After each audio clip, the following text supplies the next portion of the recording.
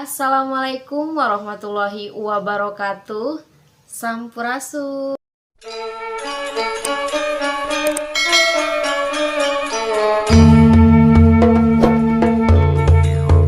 Dina danget ayeuna simkuring baris medar hiji materi anu aya di semester hiji kelas 10. Naon cik anu uninga? Yap leres. Materi tarjamah. Hidup pasti pernah ngelakukan nu namina tarjamah. Naon sih tarjamah? Sareng kumaha carana narjamahkeun? Yuk urang padar sasarengan dina video ieu. Cekidot. Dina materi tarjamah, hidup kedah mikawan heula kana wangenan atawa pengertian tina tarjamah.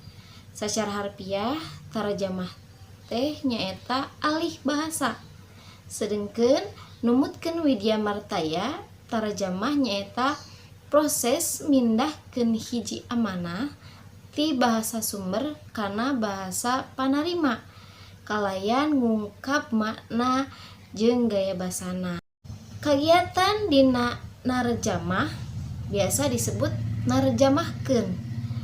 Dina proses narjamahkeun aya kaidah-kaidah anu kedah ku hidup diperhatoskeun. Aya naon wae? Yuk urang pedar.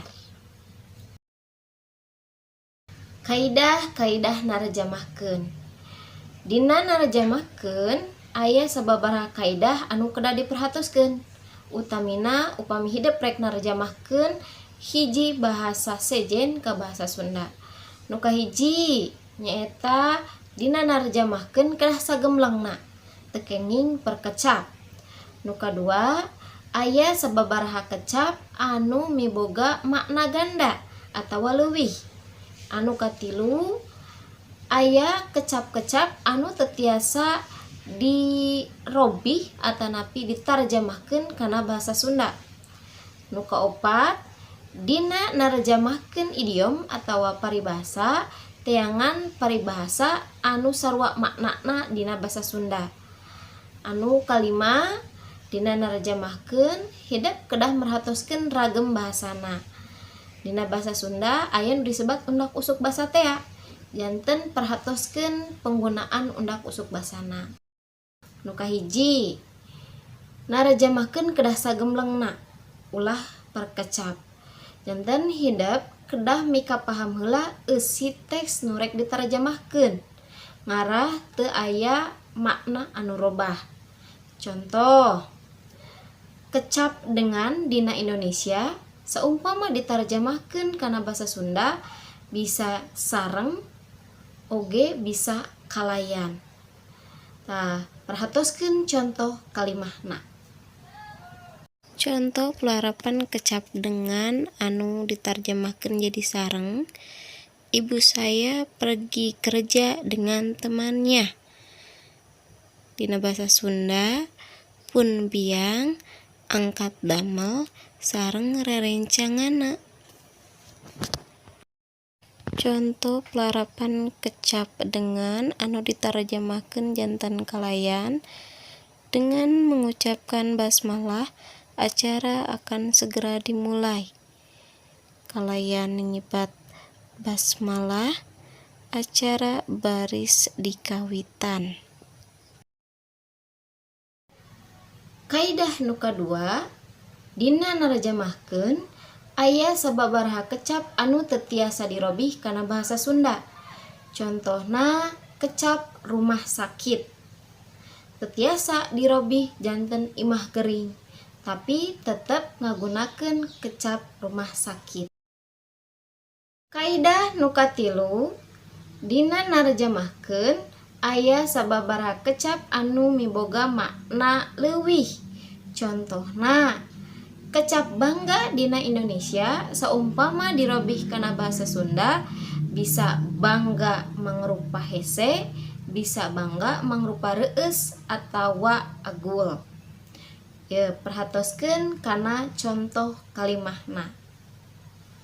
Contona nyaeta kecap bisa ngandung harti bisa tiasa, bisa oge mangrupa peurah atawa racun.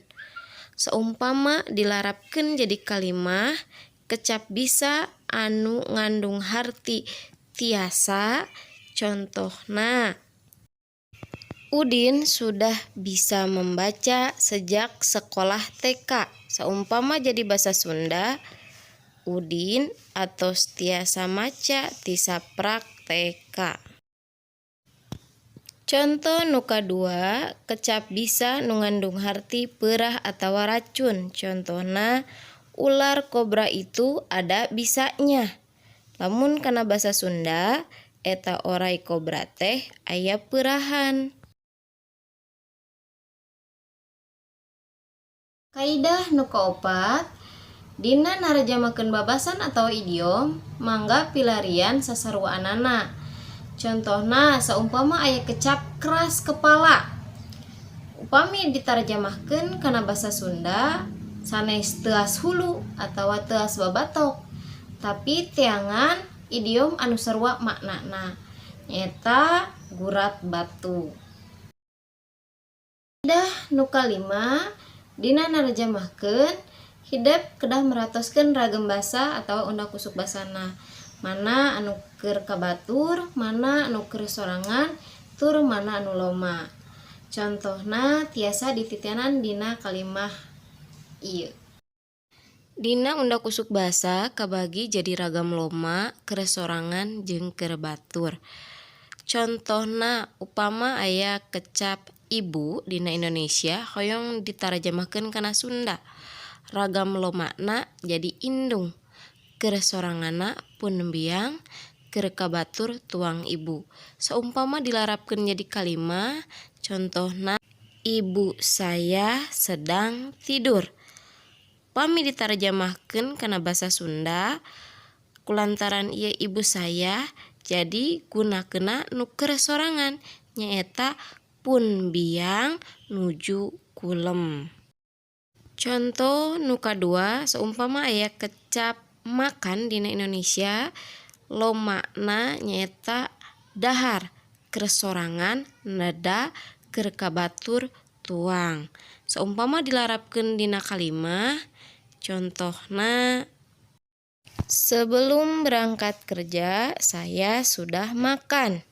Lamun ditarjamahkeun kana basa Sunda, sateu acan miyos damel abdi parantos neda. Contoh nu kadua, ayah sedang makan di dapur. Saumpama ditarjamahkeun kana basa Sunda, bapa nuju tuang di pawon. Kumaha rerencan sadayana? Tiasa kahartos materi anu nembe kusim kuring didugikeun. Mugia materi nembe tiasa masihan manfaat pikeun hasanah kailmuan hidup sadayana.